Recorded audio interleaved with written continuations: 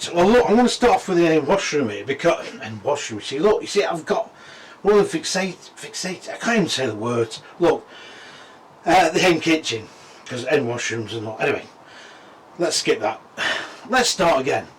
Right, here we are at the 422, and what's different is, it comes with an end kitchen, and it's a little shaped end kitchen, so basically, two berths usually are end washroom, and you still get the odd ones where they've got the little straight end kitchen. But this, what they've done, they've brought this layout. This layout is nothing new, but it's an old layout from years ago, and it worked really well. And I still think in 2024 it still does. So let's have a quick look. Well, this kitchen, lots of work area here. I love this little side window. They need to put that window in actually, I don't think, to be quite honest. I think it's pretty bright as it is. There's good storage at the top here as well. Plenty of storage. Plates open out, or the 3 plates to go in, sorry. And it feels quite solidly made as well. You've got a good deep sink there. Finished off in black. Not always a big fan of that. Looks great when it's new, but after a few years it can scratch. People do tend to leave stuff in here sometimes on tow, and it's moving around, and it grazes it and scratches it. It can look a little bit unkempt. 3 burner hob, grill stroke oven, plenty of drawers here.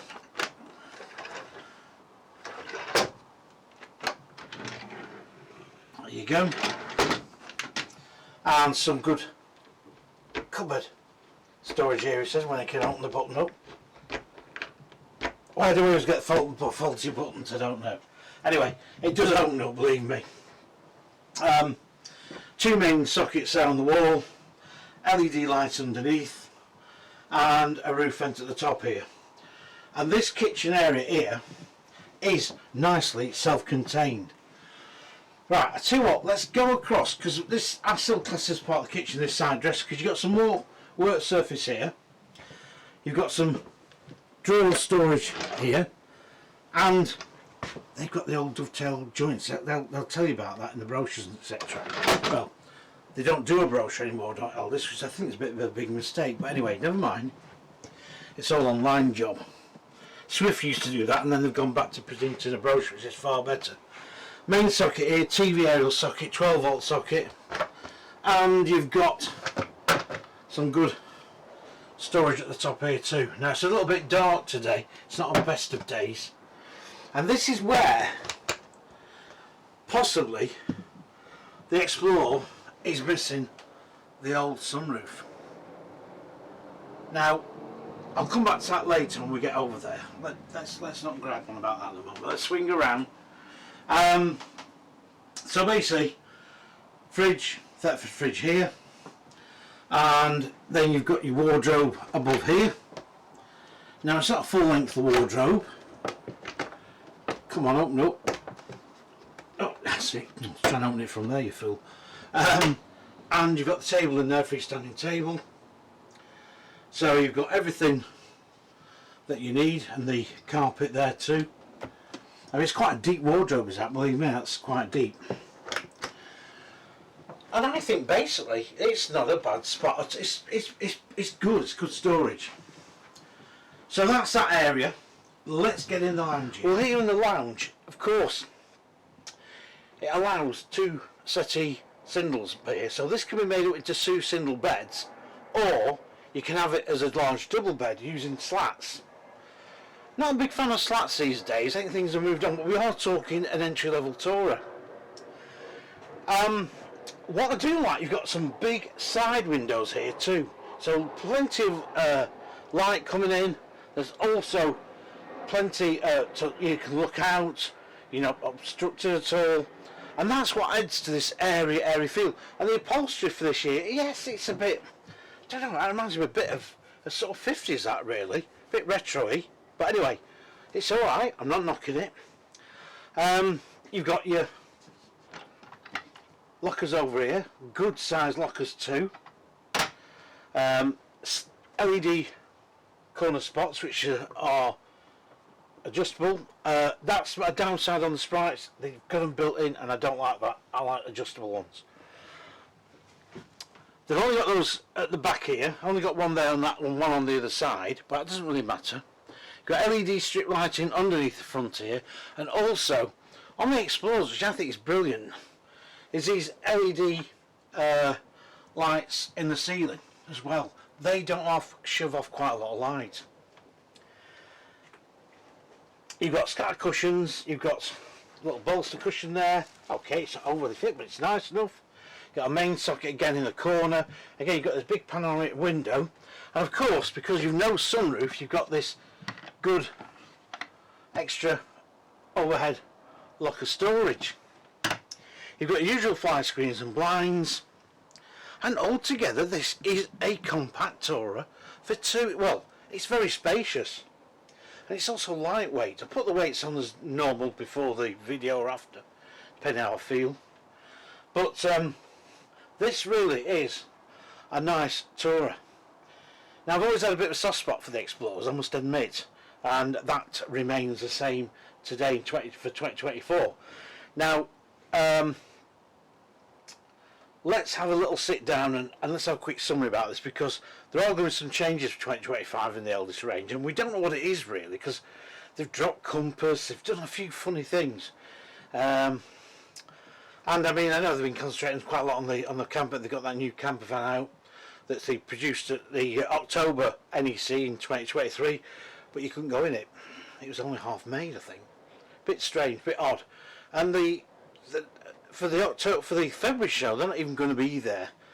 That's presumably going to have star appearances like Swift on dealer stands. I would really like to see the manufacturers at least make a bit of an effort and have a stand, even though it's a smaller one, just to have a proper stand there where manufacturers, staff are on hand to answer people. But anyway, I'm diversifying.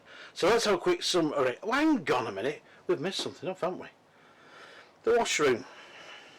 Typical. Let's go and have a look. Right, so how could we miss the washroom off? But we did. Right, okay. Well, you can't expect all bells and whistles, but do you know what? Again, this is a nicely finished off washroom. You've got that standalone basin there, which I like. Got a few shelves there, a little bit of storage underneath, and you've got a completely sealed in shower cubicle, which you don't get on the Sprites. There's no roof vent in there, but you've got this big roof vent here, so I would think that'll take enough steam off, etc. A big mirror, no window, but I can forgive it. And then you've got this extra overhead cupboard storage here. So look, there you go.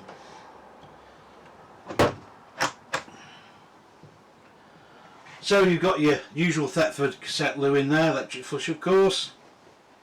And do you know what? This is a decent sized washroom. You could be on a low facility site, have a shower in here and not feel cheated one bit. Plenty of room. A blown air heater outlet comes through the bottom there. It's Truma heated of course, which will keep this fan nice and toasty. So there we have it. Right, let's get back to that summary. So, does the Elddis Xplore still hack it today? I think it does. Yes, I think the profile is starting to look a little bit dated, but it's not tragic by any means. It's still an attractive looking tour on the outside, and yes, okay, some of you will say I don't like those big bold graphics, but do you know what, I don't quite like them actually. I think they're quite good. So for me, that doesn't offend me. For some people might say that's a bit too much, but for me, I like that. Storage for two people, brilliant.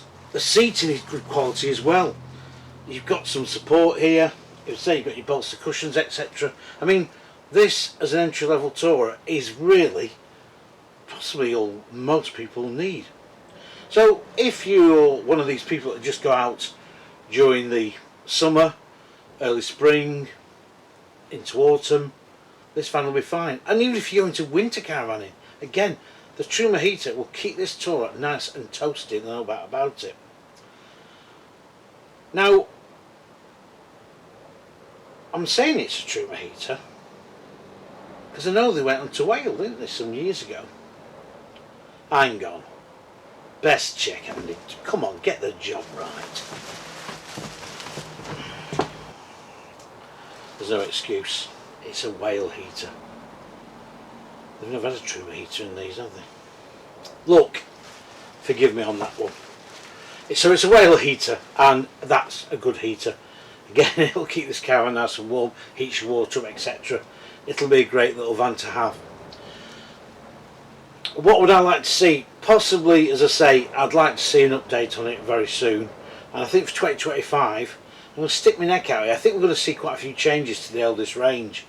I think you could see a new profile turn up, and I do hope that the Xplore is still in that lineup, because I know some dealers don't like stocking them because they're not going to make enough money on it, or etc. But to my mind, I don't know if you think, if you get a decent van, something like this, you know, you buy it new and you have no trouble with it, fingers crossed, and you've had it 3 years, you say, do you know what, we've got a bit of extra cash, shall we upgrade? Well, usually you turn to the brand that you've had, you've been having, and it's been good. We'll go and have a look at another look at an Elddis. We'll have a look at the Avanti or the Affinity, because you've got them hooked on your brand. And ABI were always very good at doing that with the Monzas, Marauders, Aces, and awards. They hooked people on, so people then started to aspire to the next ABI range. So loyal customer base was soon built up, and I think that's the good. That's what I think about entry-level tourers. They do that. I think they do have a purpose in keeping. If you do a good entry-level tourer, people will then maybe aspire to the next in your lineup. So Swift, Sprite, they'll probably go to look at Challenger, that sort of thing. And I think that's the same with the Xplore. But as I say, it's got. I mean, the spec on this is good. It's got obviously the fridge. It's got 3-burner hob. It's got oven, grill. It's got the telco TV aerial. I'm still a bit of a fan of the Vision Plus. It's got a radio in it, and it's got good LED lighting. I do like the LED lights in the ceiling because I've seen those on, and they do look good. They spread the light around. I'm not a big fan to having integral lighting around the lockers, because if you notice what the manufacturers have done, they've tended to get rid of the lights in the middle. So all you've got is your lights around the side here and your corner spots, nothing in the central. Maybe call me Mr. Old Fashioned, but I do like some central lighting, because it does feel in some vans quite dark in the centre. On this you won't get it because of the LED lighting in the ceiling. Maybe they should take that note on some of the higher up end ranges produce. Build quality, it feels good. Bit of a creak in that floor at the back end there. Again, me and my creaky floors.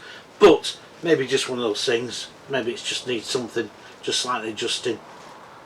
I'm sure it'll be looked at before the van goes out. So the Elddis Xplore to me still represents very, very good value for money.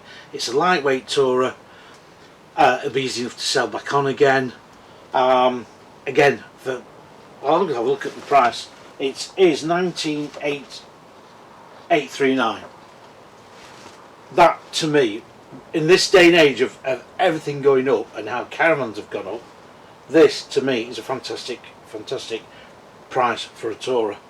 And yes, it doesn't have the latest sunroof in, but I can forgive it for that. It's a one-piece window, it's not 3. Again, I can forgive it for that. To me, this is a good touring, a good UK produced tourer that has appeal. It feels spacious, and I think it'll give you some good service. I know Elddis have had a few problems. I've heard that on the forums, etc. But then they all do, Baileys and everything. They all do. I don't care who it is. But as I say, I think this is a good van, and I must admit, it's probably on a very close list of a personal. Sprite Alpine's still there, and Sprite, they are going to do something to the Sprite range 2025 as well, so I'm quite excited about that. I'm going to hopefully go and see something like that, go and see maybe a pre-production van, if I play my cards right. So yes, Elddis Xplore, still good value. I'd like to see more family layouts though for 2025 in the Elddis Xplore range, because what's lacking is family layouts at affordable prices. Prices are going through the roof. One dealer said to me, he said, we were selling caravans But he says it's not families, and we need the families to come in to get hooked on, forgive the pun, onto caravanning and get into the fact is that this is a great way of spending leisure time and something that's affordable for them. Right, okay, so I'm going to wrap this video up, and thank you for everybody who watches the channel. Thanks for all the comments from Trucker, I think it's Andrew Baines, I think, there's a couple of Andrews, Kevin of course, Kevin Flood, there's Paul. It's just great you come in with all these comments and you say you like the videos and everything, and that's great. Hope you like the old classic getting the caravan out. I know it's quite a long-winded thing, but you know, I was there for 4.5 hours plus actually, so a lot longer. But I think the heritage of this industry is still very important as looking at these new ones, because again, one day in 40-50 years time, this again could be sat in the garden and somebody could be bringing this out, and what sort of condition that'd be in then. Okay, so please keep subscribing, please keep commenting. I've already said that. Please keep going and getting and subscribe to Practical Caravan. I've told you before, it tells you it's an independent magazine. Yes, I do write for it. Yes, I do the used buys. I do some new stuff in there as well. But you know, do support the magazines. You know, I know you get the club magazines, but they are different from the magazine on the shelf. So yeah, that's it. See you on the next video, and there'll be a vlog update on the archives too, because the conversion in the loft is just about finito, and it means putting everything back. So I'll be doing a video on that as well. God, do you think, why does he ever stop? I don't. See you on the next one.